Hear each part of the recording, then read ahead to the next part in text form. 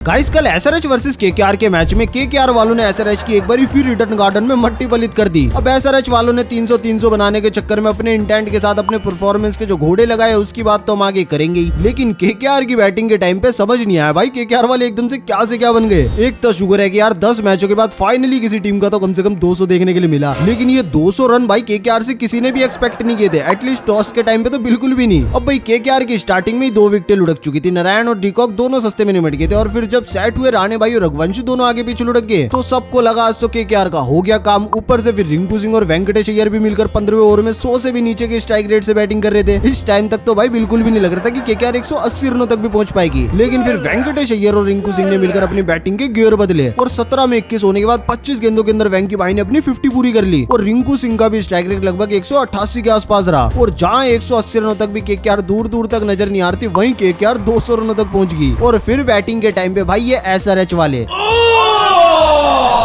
300 के इंटेंट के चक्कर में अब इनसे 150 रन बनने भी मुश्किल होते जा रहे हैं। डे बाय डे भाई इनका पावर प्ले से लेकर टोटल तक का सारा ग्राफ कुछ ज्यादा ही गंदे तरीके से गिरता जा रहा है। क्या बात है एसआरएच वालों, नवरात्रि का टाइम चल रहा है इसलिए तुम्हारी शक्तियां कहीं खत्म तो नहीं होगी ना। खैर ये तो मजाक की बात है भाई, पहले ओवर में ट्रेविस हेड की विकेट लुढ़क जाती है, मगर भाई ये सेट होने की जगह शॉट खेलने में लग रहे हैं। फिर अगले ओवर में अभिषेक की विकेट लुढ़क जाती है, फिर भी शॉट खेलने में लग रहे हैं। पावर प्ले में 3 विकेटें लुढ़कने के बाद बंदा क्या एक्सपेक्ट करता है कि मिडिल ऑर्डर कम से कम 2 मिनट के लिए तो सेट हो जाए, लेकिन एसआरएच वाले भाई इसमें विश्वास ही नहीं रखते। बस क्या फिर हो गया कल कांड, वैभव और वरुण की चपेट में आकर निपट गई 120 रनों पर। वैसे भाई टोरा तो है वैभव का एसआरएच के खिलाफ, फाइनल में लास्ट टाइम हेड को पहली बॉल पर निपटा दिया था और भाई ने कल उनका दूसरी बॉल पर काम निपटा दिया। खैर भाई मैच को शुरू से शुरू करता तो पैट कमिंस ने कल टॉस जीतकर पहले बॉलिंग चुनी और पैट कमिंस ने अपने पहले ओवर के अंदर क्विंटन डिकॉक को चलता कर दिया और अगले ओवर में शामी भाई ने नारायण का एज लगवा दिया। लेकिन फिर राणे भाई ने रघुवंशी के साथ मिलकर बढ़िया बल्ला चलाया, लेकिन फिर जिशान अंसारी ने 11वें ओवर में राणे भाई का 38 रनों पर एज लगवा दिया, मगर रघुवंशी ने 30 गेंदों के अंदर अपनी 50 पूरी कर ली, लेकिन हर्षल ने फिर उनकी कैच पकड़ ली। अब भाई वेंकटेश अय्यर और रिंकू सिंह ने मिलकर 15वें ओवर तक थोड़ा बल्ला स्लो जरूर चलाया, लेकिन फिर 15वें ओवर के बाद भाई दोनों ने कुछ ज्यादा ही कड़क बैटिंग करी और सामने पैट कमिंस को रिमांड में लेकर 25 गेंदों के अंदर वेंकी ने अपनी 50 पूरी कर ली। और जहां केकेआर का स्कोर 180 तक भी नजर नहीं आ रहा, वहीं वेंकी के 60 और रिंकू सिंह के 32 रनों की मदद से केकेआर का स्कोर पहुंच गया 200 रनों तक। अब भाई हैदराबाद बैटिंग करने उतरी तो वैभव ने ट्रेविस हेड को निपटा दिया, अभिषेक हर्षित के हाथों आउट हो गया और फिर वैभव ने ईशान को भी चलता कर दिया। इसी तरह से भाई मात्र 9 रनों पर एसआरएच के 3 बल्लेबाज आउट हो गए और फिर पावर प्ले के बाद नीतीश 19 और कमिंडो मेंडिस 27 बनाकर आउट हो गए और फिर वरुण ने अंकित को भी लपेटे में ले लिया। अब भाई ले देकर आखिरी उम्मीद क्लासन बचे थे वो भी निपट गए और इसी तरह से एक एक करके सारे हैदराबादी दानव, सॉरी अभी दानव नहीं फिलहाल भीगी बिल्ली, मात्र 120 रनों पर ही निपट गए और केकेआर वालों की चांदी होगी पूरे 80 रनों से और ये बन गई एसआरएच के हिसाब से उनके लिए सबसे गंदी हार। बाकी दोस्तों आपको क्या लगता है कि एसआरएच को अब अपनी सिचुएशन के हिसाब से अपना इंटेंट बदलने की जरूरत है कि नहीं, कमेंट में जरूर बताना और मैं आपको मिलूंगा अगली किसी बढ़िया सी हाईलाइट के साथ। तब तक के लिए बाय बाय।